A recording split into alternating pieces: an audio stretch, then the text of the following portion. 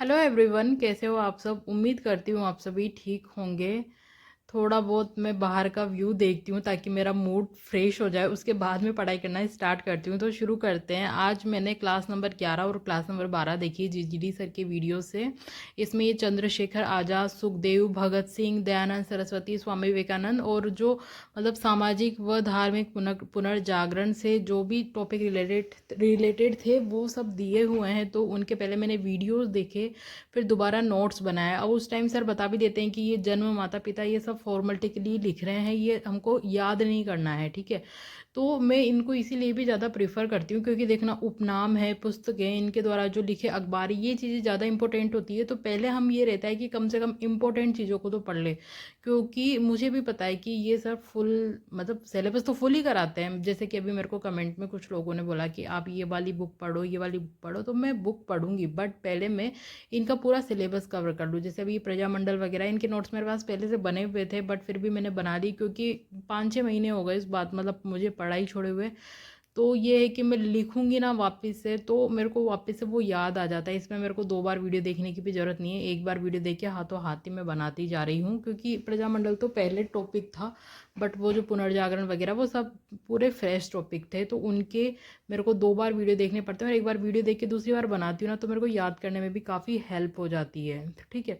तो जो लोग मेरे को ये कह रहे थे कि आप ये वाली बुक पढ़ो जीके के लिए, तो मैं बुक तो हालांकि मैं पढ़ूंगी, मुझे भी पता है बुक पढ़नी चाहिए, बट पहले मैं इनका जो मैटर है ना पूरा, उसके नोट्स बना के उसको पढ़ के 1-2 बार रिवाइज करूँगी। क्योंकि उसमें क्या है ना, पूरी की पूरी मेन मेन चीज़ें हैं। सर खुद भी कहते हैं कि मैं 100% तो कवर नहीं करता, मैं 90% कवर करता हूँ।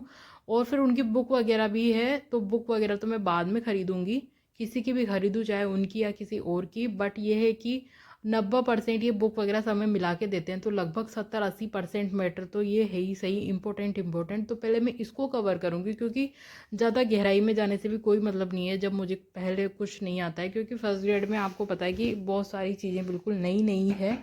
तो ये मेरा जीके को लेके मेरा ये वाला जो मतलब मैंने बना रखा है इसी रणनीति की, इस टाइप से करूँगी मैं जीके में। और दूसरी बात ये कि अभी मेरे को बायोलॉजी का आप लोग भी पूछ रहे हो, मुझे पता है आप लोगों ने मेरे को सजेशन भी दिए हैं, बट फिर भी मैं बायोलॉजी में अभी कंफ्यूज हो रही हूँ। क्योंकि मैं कभी कभी सोचती हूँ कि मैं कलाम कोचिंग जो है सीकर में, वहाँ का बायोलॉजी का फर्स्ट ग्रेड का सिलेबस ले लूँ, कोर्स ले लूँ। उस पर अभी ऑफ भी चल रहा था थोड़े दिनों पहले पहले वो 10,000 का कोर्स बता रखा था। उसमें 2 सर हैं, एक तो ओपी शर्मा सर हैं और एक सुनील सर है। अब मेरे को कंफ्यूज है क्योंकि मैंने कलाम के ज़्यादा वीडियो कभी देखे नहीं है, बस मैंने रीड के टाइम पे कलाम की टेस्ट सीरीज ज्वाइन की थी, ऑफलाइन मैं कोटा रहती थी तब। तो अभी मैं कंफ्यूज हो रही हूँ क्योंकि मैंने कई कमेंट पढ़े हैं, तो उनमें मेरे को उन दोनों सर के भी बहुत अच्छे कमेंट देखने को मिलते हैं कि सर आप बहुत अच्छा पढ़ाते हो। बट मैं कलाम में अभी किसी से पढ़ी नहीं हूँ, तो मुझे पता भी नहीं है। तो अगर आप लोगों में से किसी को पता हो कि कलाम कोचिंग में ये जो दोनों सर हैं, सुनील सर हैं बायोलॉजी के, एक ओपी सर है, इनमें से कौन ज़्यादा अच्छा पढ़ाता है और फर्स्ट ग्रेड के लिए कौन सही रहेगा, तो प्लीज़ आप लोग भी मुझे सजेस्ट करना। और मैं अभी इसलिए भी नहीं ले रही हूँ क्योंकि अभी उसमें ना प्राइस, कलाम का जो ऐप है उसमें 10,000 रुपये प्राइस बता रखी है। और उनका अभी कुछ गणेश चतुर्थी नहीं, हाँ गणेश चतुर्थी के टाइम पे उनका वो ऑफ चल रहा था शायद, या फिर तेजा दसवीं पे चल रहा था।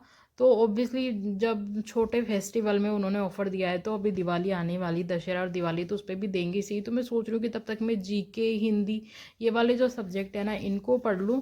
क्योंकि उसमें मैंने देखा था 10,000 से डायरेक्ट 5-5.5 हज़ार में ही दे रहे थे वो, तो फिर फालतू में नुकसान हो जाएगा। इतना फालतू में पैसा वेस्ट करने का कोई मतलब भी नहीं बनता है, क्योंकि अभी वैकेंसी आ ही नहीं रही है। और एक और बात मैं कहना चाह रही थी, आज आचार संहिता लग गई है, आप सबको पता है। सुबह से ही बहुत सारा यूट्यूब चला रहे थे, तो उस पर यही आ रहा था कि 2 घंटे बाद आचार संहिता लगने वाली है, आधे घंटे बाद जो भी घोषणा हो जाएगी वो हो जाए, होनी होगी वो हो जाएगी। और हम सबको उम्मीद थी कि फर्स्ट ग्रेड की अगर अभी घोषणा हो जाएगी तो अगले साल तक एग्ज़ाम हो जाएगा, मतलब वही जुलाई अगस्त तक। कोई फरवरी बोल रहा था, वो फरवरी में तो खैर होना ही नहीं है। पर लोग बाग ये कयास लगा रहे थे कि अभी वैकेंसी की घोषणा हो जाती तो अक्टूबर तक पेपर हो जाएगा, बट नहीं हुई है। पर यह है कि अब हर चीज़ को ले लेके डिमोटिवेट तो मैं नहीं होंगी, और मैं आप लोगों को भी ये कहूँगी कि प्लीज़ आप भी इन सब चीज़ों को लेके डिमोटिवेट मत हो। क्योंकि फर्स्ट ग्रेड का सिलेबस अपने आप में बहुत लेंदी सिलेबस है। और चलो फर्स्ट पेपर में तो हमको फिर भी रीड की वजह से थोड़ा बहुत जीके वगैरह आता है, बट जो सेकंड पेपर है ना बायोलॉजी का, अब वो तो मुझे पूरा ही पढ़ना पड़ेगा। तो टाइम भी उतना जाएगा ही सही, ठीक है, मुझे पता है बहुत सारी चीज़ें दुख देने वाली है, बट अभी हम उस एज में नहीं रहे हैं, 22-23 साल के नहीं हैं कि हम रो रो के हर किसी को अपना दुख बताते रहें। तो खुद ही कैसी भी परिस्थितियाँ, मुझे एक बात कहना चाहूँगी मैं आप लोगों से, मुझे ऐसा लगता है कि अभी हम लोग हैं ना, जितने भी जिनका रीट में सिलेक्शन नहीं हुआ, या फिर जो भी 26-27 साल की उम्र वाले लोग हैं और भी ज़्यादा एज वाले हैं, मुझे पता है हम सबका ना वैसा टाइम है कि हमको खुद को ही खुद के अंदर मोटिवेशन लाना पड़ेगा और खुद से ही पढ़ाई करनी पड़ेगी। ये वो वाला टाइम नहीं रहा कि हमको मम्मी पापा या फिर कोई और मोटिवेट करेगा या फिर कोई और हमको सलाह देगा कि तुम पढ़ो।